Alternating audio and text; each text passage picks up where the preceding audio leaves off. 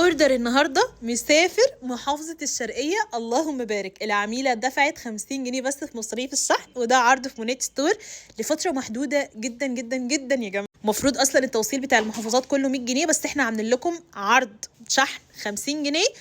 استغلوه عشان هو عرض ما يتفوتش. بصوا يا جماعة، ما شاء الله الاوردر باسم أمنية محمود. هي طلبت حرفيا الاوردر كله من قسم العطور، اغلبه من قسم العطور. اول حاجه طلبت البرفيوم بتاع سينس لافيرن 30 مللي. جماعه انا بعمل ايه؟ في حاجه مهمه لازم اعملها قبل ما نجهز الاوردر، اللي احنا اكيد نحط لها هديه المتجر مخمريه الكوكيز، واكيد برضو عشان الاوردر بتاعها معدي ال1000 جنيه فهتدخل معانا في سحب عجله الحظ. تعالوا نشوف ايه اللي طلع لها ايه ده.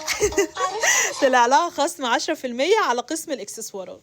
واخدت كمان البرفيوم بتاع يارا ال 30 مللي، واخدت بقى من عروض ال 30 مللي باي 1 جيت 1 فري. فطلبت بروبري هير، والقطعه الثانيه خليتها من اختياري، فانا مش عارفه احط لها ايه، بس ممكن احط لها سي السوداء. ايه رايكم؟ وكمان ما شاء الله طلبت الباكج بتاع يارا فانيلا اللي نازل بيكون عباره عن شاور جل وبادي لوشن.